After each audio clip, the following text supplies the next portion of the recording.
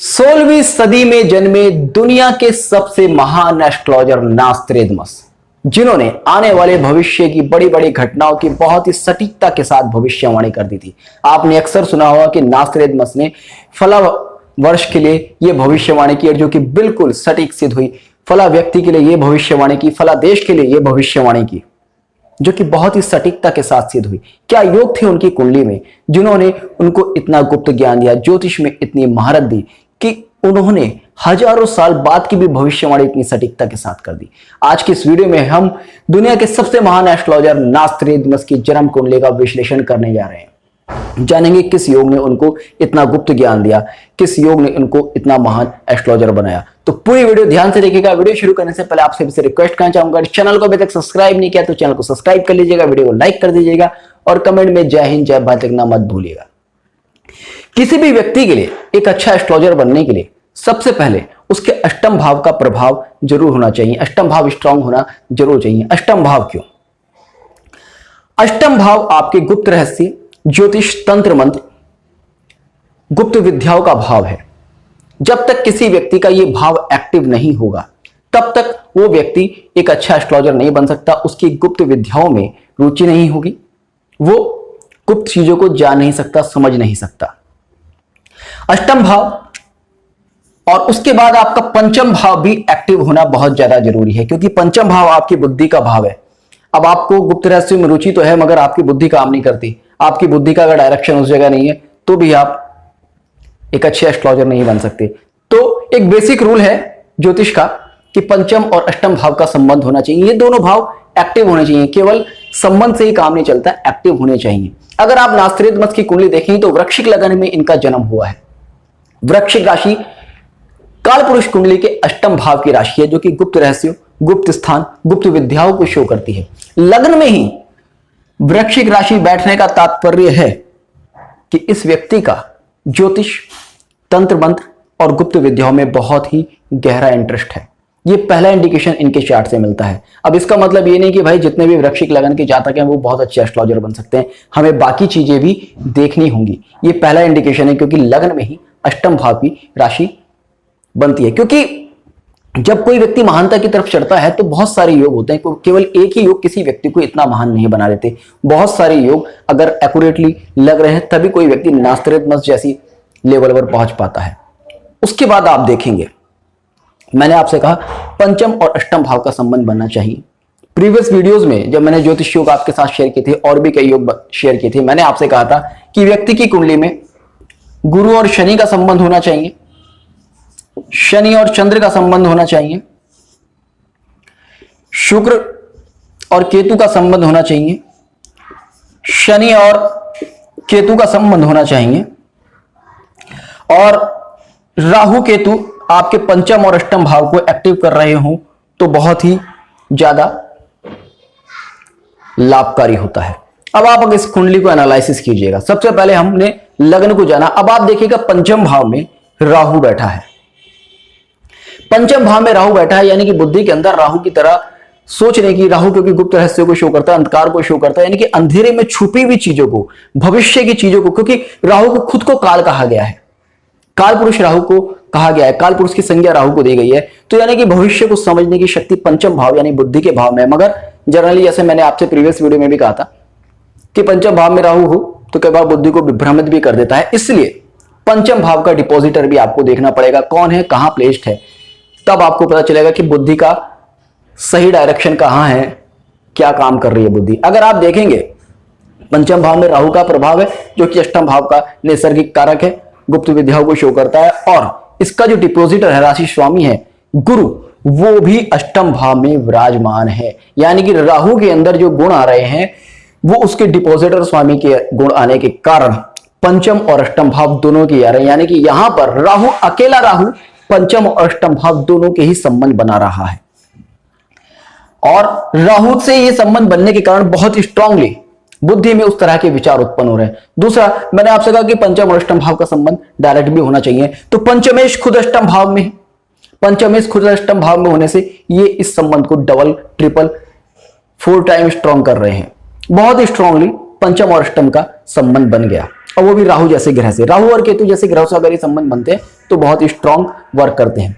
उसके बाद मैंने आपसे एक ज्योतिष योग वाली वीडियो शेयर की थी और उसमें मैंने आपसे कहा था जब तक किसी व्यक्ति की कुंडली में शनि और चंद्र का संबंध नहीं बनेगा तब तक कोई भी व्यक्ति एस्ट्रोलॉजी में इंटरेस्ट रख ही नहीं सकता। अगर इंटरेस्ट है तो वो एक अच्छा एस्ट्रोलॉजर नहीं बन सकता। उसका रीजन भी मैंने आपके साथ उस वीडियो में बहुत डिटेल में शेयर किया था। मैंने आपसे कहा था कि चंद्र हमारे मन का कारक है, शनि हमारे कर्म का कारक है और शनि को भगवान शिव का कारक माना गया है, चंद्र को माता पार्वती का कारक माना गया है, शनि को भगवान शिव जो कि ज्योतिष के जनक कहे गए हैं। जब तक आपके मन के ऊपर, आपके कर्म के ऊपर ज्योतिष के जनक भगवान शिव की कृपा नहीं होगी तब तक आप एस्ट्रोलॉजर नहीं बन सकते। आप चाहे इसको धर्म से जोड़कर चलिएगा, चाहे आप भाव वगैरह से जोड़कर चलिएगा, लेकिन जब तक शनि चंद्र का संबंध नहीं होगा तब तक व्यक्ति एस्ट्रोलॉजर नहीं बनता। क्योंकि आपका मन भी कंट्रोल में होना चाहिए। आपको गुप्त रहस्यों को समझने के लिए, आपके गुप्त रहस्यों को जानने के लिए आपके अंदर वो एबिलिटी होनी चाहिए जिससे कि आप हाई लेवल पर कंसंट्रेट कर सके, मेडिटेशन कर सके। तो ये भी एक रीजन है, क्योंकि चंद्र आपका मन है और शनि है। शनि जब चंद्र पर प्रभाव डालता है तो जनरली एस्ट्रोलॉजर्स उसको विष योग कहते हैं, मगर मैंने आपसे कहा है कि ये चंद्रमौल योग है और आपके मन को कंट्रोल करके रखता है। जो लोग विष योग के नाम से डराते हैं वो देखिएगा इनकी कुंडली में अष्टम भाव में योग बन रहा है और ये दुनिया के कितने महान एस्ट्रोलॉजर बने। तो शनि चंद्र का योग इनकी कुंडली में अष्टम भाव में ही बन रहा है। आप देखेंगे चंद्र जो कि मन का कारक है वो अष्टम भाव में बैठा है। अष्टम भाव में चंद्र के बैठने से यानी कि मन के अंदर भी गुप्त रहस्यों को जानने की विचार शक्ति है। उसके बाद आप देखिएगा इनका शनि जो कर्म कारक ग्रह है, फिक्स कर्म कारक ग्रह है, वो भी इनका अष्टम भाव में बैठा है। यानी कि इनका कर्म भी कहीं ना कहीं गुप्त रहस्यों को जानने से रिलेटेड होगा। इनकी जो रुचि होगी वो भी इसी में होगी। उसके बाद जो इनका जीव कारक ग्रह है गुरु, जो कि नाड़ी ज्योतिष में मैंने आपसे कहा कि नाड़ी ज्योतिष में जीव कारक ग्रह गुरु होता है। गुरु भी इनका अष्टम भाव में ही बैठा है। यानी कि शनि के अंदर भी कर्म में भी वही गुण है, जीव में भी वही गुण है, मन में भी वही गुण है और लग्न में भी वही गुण है। यानी कि गुप्त रहस्यों को जानने और समझने के ही गुण हैं। तो जब किसी व्यक्ति के अंदर इतनी सारी एबिलिटी होगी, इतना ज्यादा उसका विचार केवल गुप्त रहस्यों की तरफ होगा, तो डेफिनेटली वो गुप्त रहस्यों को, आने वाले भविष्य को देख समझ सकता है। उसके बाद आप देखिएगा शनि गुरु की युति है तो वो योग अपने आप में यहां पर बन जाता है, वो भी अष्टम भाव से बन रहा है। उसके बाद एक योग मैंने आपसे कहा था कि शनि और केतु का भी योग किसी व्यक्ति की कुंडली में होना बहुत जरूरी है, क्योंकि जब तक शनि केतु का योग नहीं होगा व्यक्ति एस्ट्रोलॉजी में बहुत ज्यादा इंटरेस्ट नहीं रखेगा, क्योंकि वो उतना हाई लेवल का मेडिटेशन वगैरह नहीं कर पाएगा। क्योंकि केतु सूक्ष्मता को शो करता है, यानी कि आपके प्रोफेशन में वो सूक्ष्मता आनी चाहिए। अब आप देखिएगा इस कुंडली में शनि वक्री है। मैंने आपसे कहा था कि वक्री ग्रह का प्रभाव पिछले भाव में भी 50% तक होता है और शनि के वक्री होने से शनि के ऊपर त्रिकोण से केतु का प्रभाव आया। क्योंकि नाड़ी ज्योतिष के माध्यम से मैं कुंडली एनालिसिस कर रहा हूं, तो नाड़ी ज्योतिष में एक दूसरे से त्रिकोण में बैठे हुए ग्रह युति की तरह माने जाते हैं। तो यहां पर त्रिकोण से शनि और केतु का भी योग बन गया। उसके बाद एक योग मैंने आपसे कहा कि किसी भी व्यक्ति की कुंडली में शुक्र और केतु का भी योग होना चाहिए। शुक्र और केतु का योग क्यों? शुक्र और केतु का योग मंत्र सिद्धि योग नाड़ी ज्योतिष में कहा गया है। जब किसी व्यक्ति की कुंडली में शुक्र और केतु का योग बनता है तो ऐसे लोगों को शास्त्रों की, मंत्रों की और आयुर्वेद की बहुत ही सटीकता के साथ जानकारी होती है, बहुत ही गहन ज्ञान होता है। और आप देखेंगे इस कुंडली में शुक्र और केतु का त्रिकोण संबंध है। शुक्र और केतु एक दूसरे से त्रिकोण में बैठे हैं। साथ ही आप देखेंगे यहां पर शनि और शुक्र का परिवर्तन भी है, क्योंकि शनि शुक्र की राशि में आ जाता है। तो ये जातक ना केवल एस्ट्रोलॉजी से फेमस होगा बल्कि पैसा भी कमाएगा, बहुत ज्यादा नेम फेम भी कमाएगा। क्योंकि मैंने आपसे कहा था कि जब भी किसी व्यक्ति की कुंडली में शनि और शुक्र का संबंध बने, चाहे वो एक्सचेंज से बने, चाहे वो युति से बने, चाहे वो त्रिकोण से बने, ऐसे लोगों के पास जनरली पैसा आता है। अब पैसे के लिए आप देखिएगा केतु का संबंध बन रहा है। मैंने एक चीज कही थी कि शनि के ऊपर जब भी केतु का प्रभाव हुआ तो ऐसे व्यक्ति को प्रोफेशन में कहीं ना कहीं प्रॉब्लम देगा, मगर वो प्रोफेशन में प्रॉब्लम देगा बिजनेस टाइप के। मगर एस्ट्रोलॉजी हुई, पूजा पाठ हुआ, ऐसे प्रोफेशन में अगर वो व्यक्ति होता है तो उसको बहुत ज्यादा धन भी देगा। और यहां पर मंत्र सिद्धि योग के साथ, एस्ट्रोलॉजी योग के साथ बन रहा है, तो डेफिनेटली इस जातक को एस्ट्रोलॉजी से नेम फेम और पैसा मिलने वाला है। अब आप देखेंगे इस कुंडली में गुरु भी वक्री है और गुरु केतु योग वाली वीडियो भी मैंने आपके साथ शेयर की थी। मत्स्य योग मैंने आपसे कहा था बहुत ही डिटेल में मैंने आपको बताया था, जब किसी व्यक्ति की कुंडली में गुरु केतु का योग बनता है तो ऐसे लोगों के जीव कारक ग्रह के ऊपर केतु का प्रभाव आने से ऐसे लोगों का अपने वृत्त पर कंट्रोल होता है। मेडिटेशन शनि केतु के योग से मैंने आपको बता ही दिया है, वृत्त पर कंट्रोल होता है, यानी कि और ऐसे लोग वेद धर्मशास्त्र वगैरह में बहुत ही गहन जानकारी रखते हैं। तो उससे आप देखेंगे शनि गुरु केतु शुक्र कर्म धर्म मोक्ष आध्यात्म सारे के सारे योग इनके आपस में बन रहे हैं। उसके बाद आप देखेंगे इनकी कुंडली में गुरु और सूर्य के समसप्तक योग बन रहे हैं। गुरु और सूर्य, मैंने आपसे कहा था कि जब किसी व्यक्ति की कुंडली में गुरु और सूर्य का संबंध होता है तो इसको नाड़ी ज्योतिष में जीवात्मा सामयोग कहा गया है। जीवात्मा सामयोग क्या है?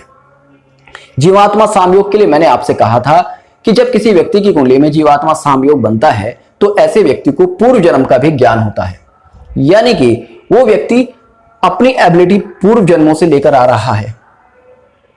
आत्मा और जीव का मिलन। और आप देखेंगे यहां पर बुध के ऊपर भी गुरु का और सूर्य का प्रभाव है, यानी कि बुद्धि में भी पूर्व जन्म के संस्कार हैं। क्योंकि मैंने हमेशा आपसे कहा है कि ज्योतिष आप किसी एक जन्म में नहीं सीख सकते, आप आज सीखना शुरू करेंगे तब आपको एस्ट्रोलॉजर नास्त्रेदमस के लेवल का एस्ट्रोलॉजर बनने के लिए कम से कम कई जन्म लगते हैं।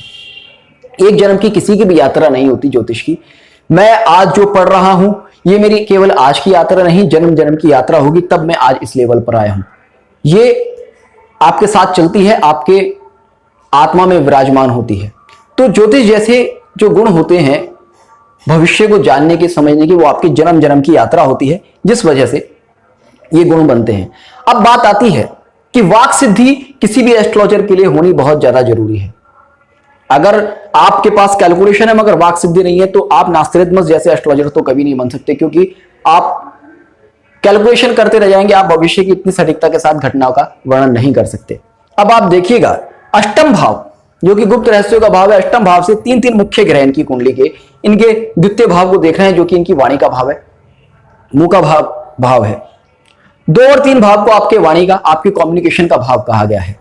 अब आप देखिएगा इनका प्रभाव अष्टम भाव से आ रहा है, यानी कि अष्टम भाव के शनि और गुरु इनके 2 भाव को देख रहे हैं। 2 भाव में वैसे भी सूर्य और बुध बैठे हैं, यानी कि पूर्व जन्म की जो ज्ञान है उससे ये भविष्य की वाणी, भविष्यवाणी करेंगे, एक वक्ता होंगे, भविष्य वक्ता।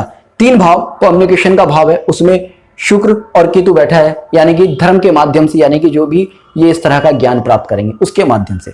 तो ये सारे योग इनको बनाते हैं दुनिया का सबसे महान एस्ट्रोलॉजर।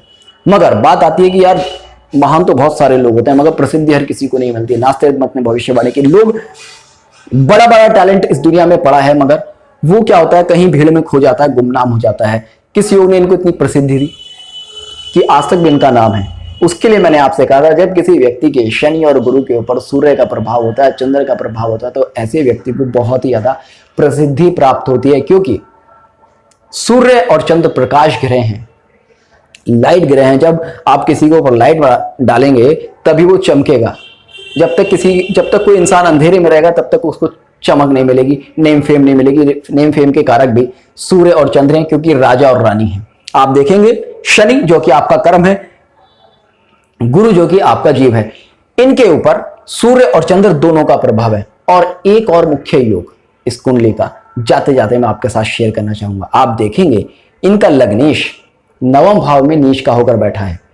बहुत सारे व्यूअर्स जरूर इस बात को कहेंगे कि भाई लग्नेश 9वें भाव में नीच का होकर बैठा है, इसका क्या इफेक्ट आया? क्योंकि लग्नेश अगर नीच का है तो कहीं ना कहीं प्रॉब्लम देगा। लेकिन आप देखेंगे इस कुंडली में लग्नेश वक्री है, मंगल यहां वक्री है और वक्री होकर वो भी अष्टम भाव का प्रभाव ले रहा है और वक्री होकर वो अपना नीच भंग कर रहा है। नीच भंग के जब मैंने आपके साथ योग शेयर किए थे बहुत ही डिटेल में वीडियो में, मैंने आपके साथ बताया था, मैंने आपसे कहा था अगर कोई नीच ग्रह वक्री हो तो उसका नीच भंग हो जाता है। तो मंगल का यहां नीच भंग भी हो रहा है और लग्नेश भी अष्टम भाव का ही प्रभाव ले रहा है। तो ये भी एक अपने आप में बहुत ही अच्छा योग है। उसके बाद द्वितीय भाव जो वाणी का भाव है उसमें अष्टम भाव का स्वामी बैठा है और बुध की राशि में केतु बैठा है और केतु का डिपॉजिटर बुध है, तो बुध के अंदर केतु के सूक्ष्मता वाले गुण हैं। तो ये बहुत सारे इस चार्ट में ऐसे पॉइंट्स हैं जो कि इनको इतना महान एस्ट्रोलॉजर बनाते हैं। और भी बहुत सारे, अगर हम डिटेल और भी एनालिसिस करेंगे तो इतने पॉइंट्स हैं कि शायद मैं और 1 घंटा आपके साथ शेयर करूं तो भी इस चार्ट पर डिस्कशन खत्म ना हो। फिर भी मैंने मेन पॉइंट्स कवर करने की आज की इस वीडियो में कोशिश की है। होपफुली आपको आज का वीडियो पसंद आया होगा। तो जुड़े रहिएगा स्टॉक सत्र के साथ। मिलते हैं नेक्स्ट वीडियो में, तब तक के लिए जय हिंद, जय भारत।